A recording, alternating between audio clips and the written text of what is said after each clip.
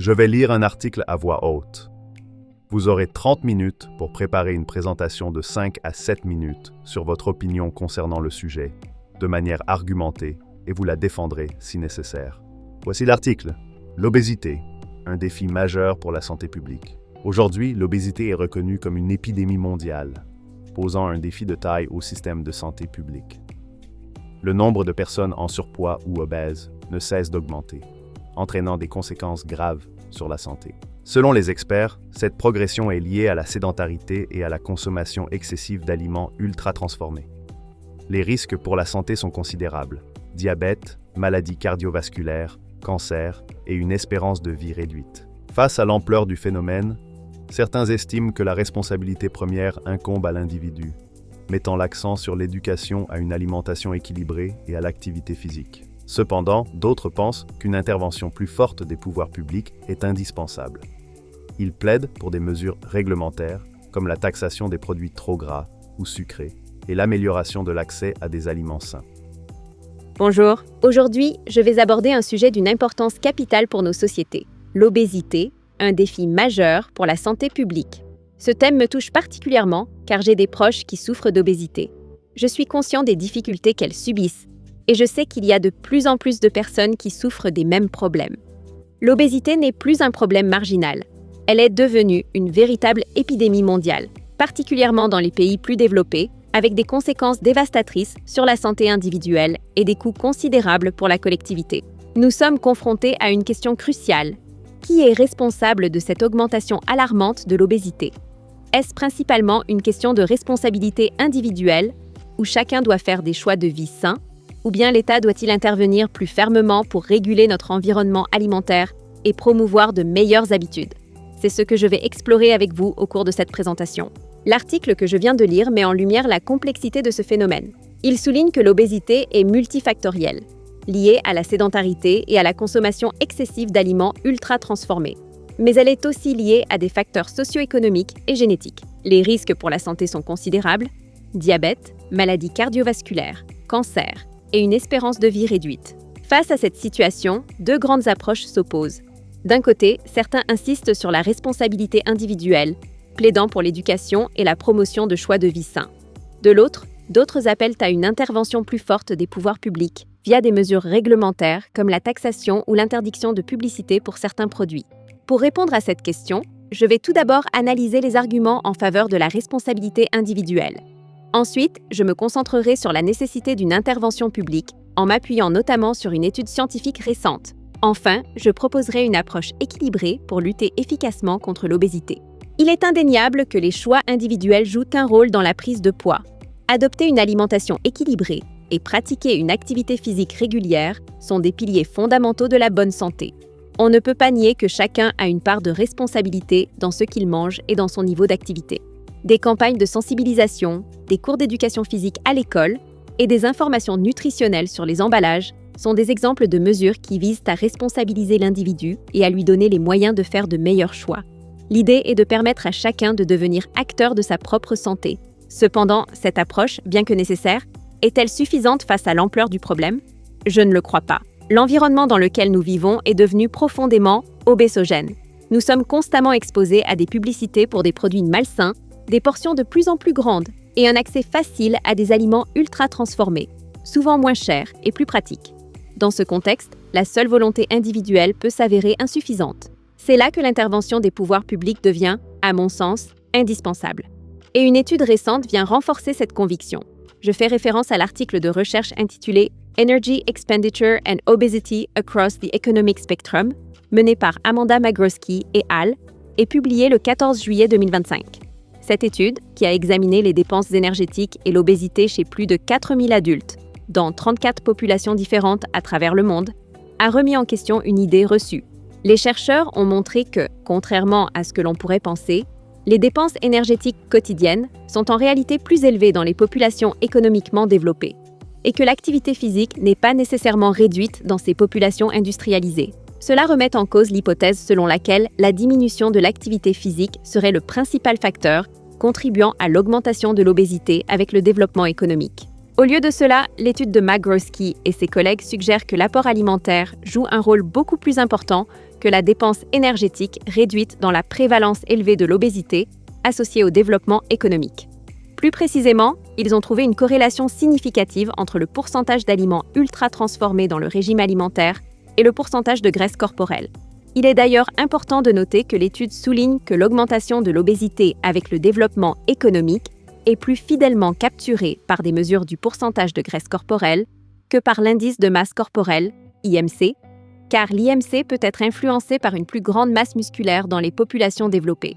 Cela signifie que la qualité de ce que nous mangeons, et non pas seulement la quantité ou notre niveau d'activité, est le facteur prépondérant.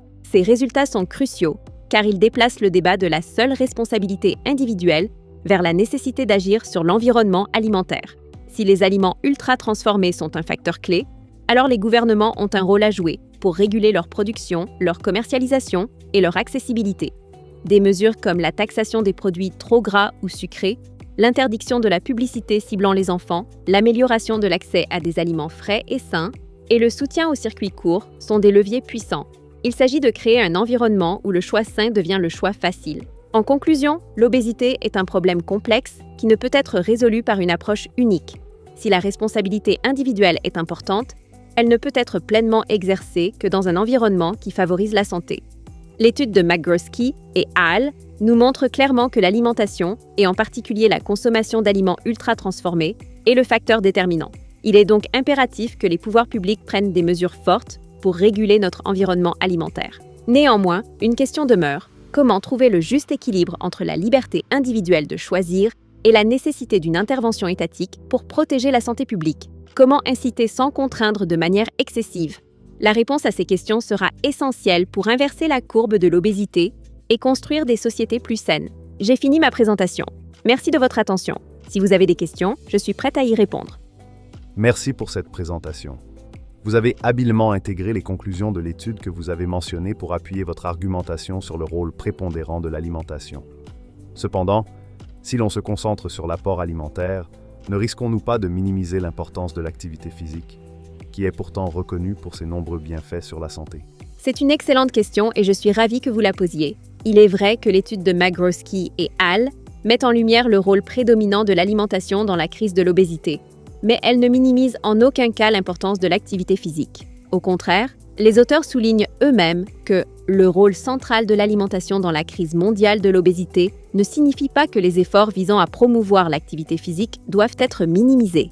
Ils insistent sur le fait que l'activité physique a une multitude de bienfaits documentés, allant de la réduction de la mortalité cardiovasculaire à l'amélioration de la santé mentale. L'étude conclut même que l'alimentation et l'activité physique doivent être considérées comme essentielles et complémentaires plutôt qu'interchangeables. Mon argument est que, pour lutter contre l'obésité spécifiquement, l'accent doit être mis sur l'alimentation, mais pour une santé globale, les deux sont absolument indissociables. D'accord, c'est une nuance importante. Vous plaidez pour une intervention des pouvoirs publics, notamment sur la taxation des produits gras ou sucrés.